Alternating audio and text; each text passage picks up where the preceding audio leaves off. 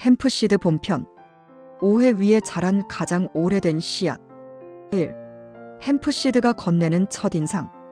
햄프시드는 처음부터 설명이 따라붙는 식재료입니다. 작고 둥근 씨앗, 연한 베이지색, 손에 올려두어도 특별한 존재감은 없습니다. 향도 강하지 않고 씹었을 때도 단번에 기억될 만한 맛은 아닙니다. 하지만 이 평범한 첫인상 뒤에는 유난히 많은 말들이 따라붙어 왔습니다. 먹어도 되는지, 괜히 선택해도 되는 건 아닌지, 이 씨앗은 늘 질문과 함께 등장했습니다. 그래서 햄프시드는 맛보다 먼저 망설임을 건네는 식재료였습니다. 이번 여정은 이 씨앗이 왜 오랫동안 설명을 달고 다녀야 했는지, 그리고 왜 지금에서야 조용히 식탁으로 돌아오고 있는지를 차분히 따라가 보려 합니다. 햄프시드의 기원. 인류의 생활을 지탱했던 식물. 대마는 인류 역사에서 가장 오래 함께한 식물 중 하나입니다. 곡물보다 먼저 재배되었고 먹는 것과 입는 것, 쓰는 것을 동시에 책임졌습니다.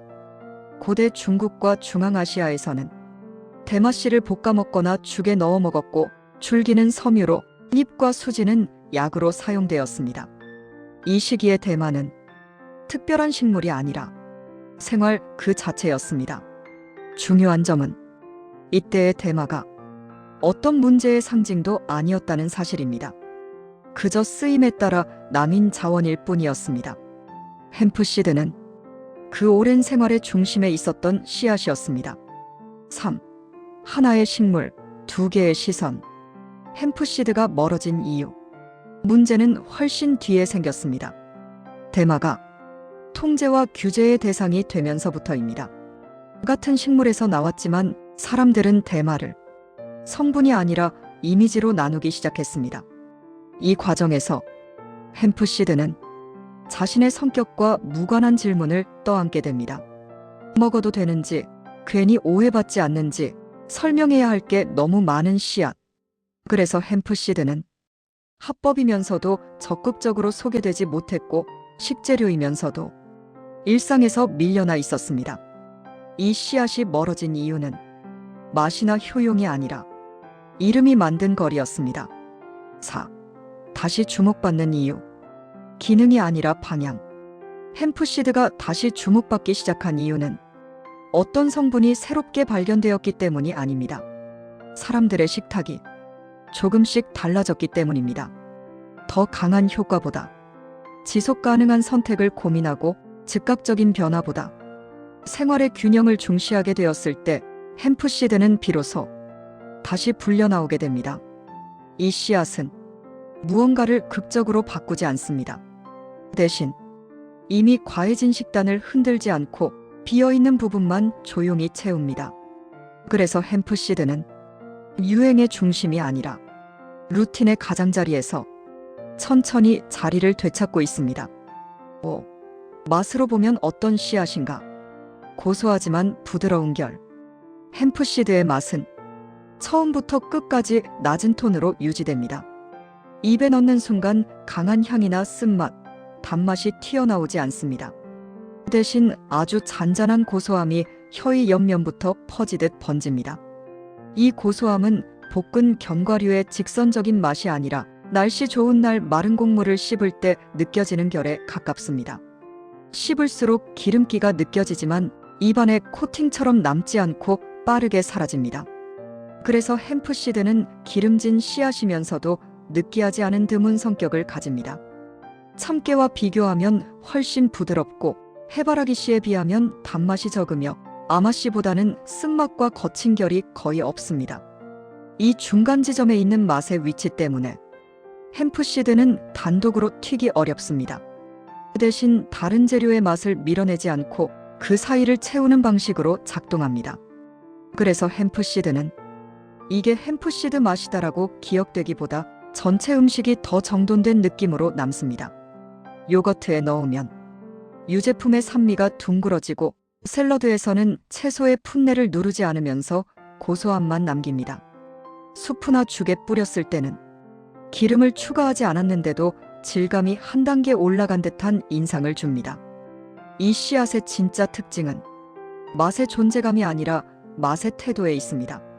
햄프시드는 앞으로 나오지 않고 뒤에서 밀어주지도 않으며 옆에서 균형을 잡아주는 쪽에 가깝습니다. 그래서 햄프시드는 강한 기억을 남기지 않는 대신 다음 한 숟갈을 더 편하게 만듭니다. 6. 햄프시드가 슈퍼푸드로 불리게 된 이유. 균형을 회복하려는 식탁의 선택. 햄프시드가 슈퍼푸드로 불리게 된 이유는 어떤 하나의 수치나 성분 때문만은 아닙니다. 이 씨앗이 다시 식탁으로 돌아온 시점은 사람들이 더 많이가 아니라 어떻게 먹고 있는지를 고민하기 시작한 때와 겹칩니다. 현대의 식단은 과잉과 결핍이 동시에 존재합니다. 단백질은 충분하지만 질감이 거칠고 지방은 넘치지만 방향이 흐트러져 있으며 포만감은 빨리 오지만 오래 남지 않습니다. 햄프시드는 이 틈에서 무언가를 더하기보다 과한 부분을 정리하는 쪽으로 작동합니다. 식물성 단백질이지만 부담이 적고 지방을 포함하고 있지만 무겁지 않으며 미네랄과 지방산의 비율이 하나로 튀지 않고 고르게 분포되어 있습니다. 그래서 햄프시드는 운동을 위한 식재료라기보다 일상의 리듬을 회복하기 위한 재료에 가깝습니다. 이 지점에서 슈퍼푸드라는 말은 오히려 이 씨앗과 잘 어울리지 않습니다. 햄프시드는 먹는 순간 변화를 느끼게 하지 않고 몸이 소리를 내기 시작하기 전이 미세한 균형을 다루는 식재료이기 때문입니다. 그래서 이 씨앗은 다이어트 식품, 보충제, 기능성 식품의 영역에서 조심스럽게 한 발 떨어져 있습니다. 대신 요거트에 조금, 샐러드에 한 숟갈, 죽 위에 가볍게 얹히는 방식으로 생활 속에 스며듭니다. 이런 사용 방식은 효과를 기대하고 먹는 음식이 아니라 식단을 망치지 않는 음식이라는 신뢰를 만듭니다. 햄프시드가 슈퍼푸드로 불리는 이유는 몸을 바꾸기 때문이 아니라 몸을 흔들지 않기 때문입니다. 그리고 바로 이 점 때문에 햄프시드는 유행처럼 소비되지 않고 루틴 속에 남습니다. 7. 사회적 이슈 속의 햄프시드. 오해가 만든 거리와 조심스러운 복귀. 햄프시드는 맛이나 영양보다 먼저 사회적 판단을 받아온 식재료입니다. 같은 식물에서 나온 씨앗임에도 대마라는 이름은 사람들에게 식탁이 아닌 통제와 규제의 이미지를 먼저 떠올리게 했습니다. 문제는 이 판단이 과학이나 조리의 영역이 아니라 두려움과 상징의 영역에서 이루어졌다는 점입니다. 햄프시드는 정신작용 성분과는 거의 무관했지만 그 사실을 설명하기에는 이미 이름이 너무 무거웠습니다. 그래서 이 씨앗은 합법이면서도 애매한 위치에 놓였습니다. 먹을 수는 있지만 적극적으로 말하기 어려웠고 수입은 가능하지만 일상적 재료로 소개되지는 않았습니다. 이 과정에서 햄프시드는 식재료가 아니라 해명해야 하는 대상이 되었습니다. 그러다 최근에 와서야 이 씨앗은 다시 조명받기 시작합니다. 그 이유는 사람들이 대마를 받아들였기 때문이 아니라 식재료를 바라보는 기준이 바뀌었기 때문입니다. 효과보다 균형, 자극보다 지속성, 즉각적인 변화보다 생활 속에서 반복 가능한 선택. 이 기준 속에서 햄프시드는 비로소 자기 자리를 찾게 됩니다. 여전히 이 씨앗은 조심스럽게 설명되는 식재료입니다. 라벨에는 성분이 강조되고 광고 문구는 신중하며 포장 디자인조차 과장되지 않습니다. 하지만 바로 그 조심스러움 덕분에 햄프시드는 기능성 식품의 과잉 경쟁에서 한 발 떨어져 오래 사용할 수 있는 식재료로 남습니다. 햄프시드의 복귀는 허용의 문제가 아니라 태도의 변화에 가깝습니다. 금지에서 허용으로 옮겨온 것이 아니라 오해에서 이해로 이동해 온 것입니다. 그래서 이 씨앗은 갑자기 유행하지 않고 천천히 식탁으로 돌아옵니다. 8. 실제 음식 속의 햄프시드. 존재를 드러내지 않는 방식으로. 햄프시드는 요리에서 눈에 띄는 재료가 되기를 원하지 않습니다. 오히려 티나지 않게 섞일 때 가장 제 역할을 합니다. 샐러드 위에 얹혔을 때 햄프시드는 씹히지만 주장하지 않습니다. 견과류처럼 소리를 내지 않고 씨앗 특유의 날카로운 질감도 거의 없습니다. 잎채소 사이에서 고소함만 남기고 조용히 사라집니다. 요거트나 오트밀에서는 이 씨앗의 성격이 더 분명해집니다. 우유나 식물성 밀크의 산미를 눌러주고 질감을 묵지 않게 붙잡아줍니다. 숟가락을 멈추지 않게 만드는 역할이지 맛을 바꾸는 역할은 아닙니다. 스무디에 들어가면 햄프시드는 보이지 않게 사라집니다. 하지만 마시고 나면 음료가 묘하게 안정되어 있다는 인상이 남습니다. 이건 맛의 변화라기보다 구조의 변화에 가깝습니다. 수프나 죽에서는 햄프시드가 가진 지방의 성격이 드러납니다. 기름을 추가하지 않았는데도 입안에서의 밀도가 한 단계 올라갑니다. 버터나 크림을 넣은 듯한 무게감이 아니라 국물이 자연스럽게 이어지는 느낌입니다. 이 씨앗이 요리에서 자주 선택되는 이유는 어울림의 범위가 넓기 때문입니다. 단맛, 산미, 짠맛 어디에도 치우치지 않고 기존의 맛을 건드리지 않습니다. 그래서 햄프시드는 레시피의 핵심이 아니라 레시피를 망치지 않는 장치에 가깝습니다.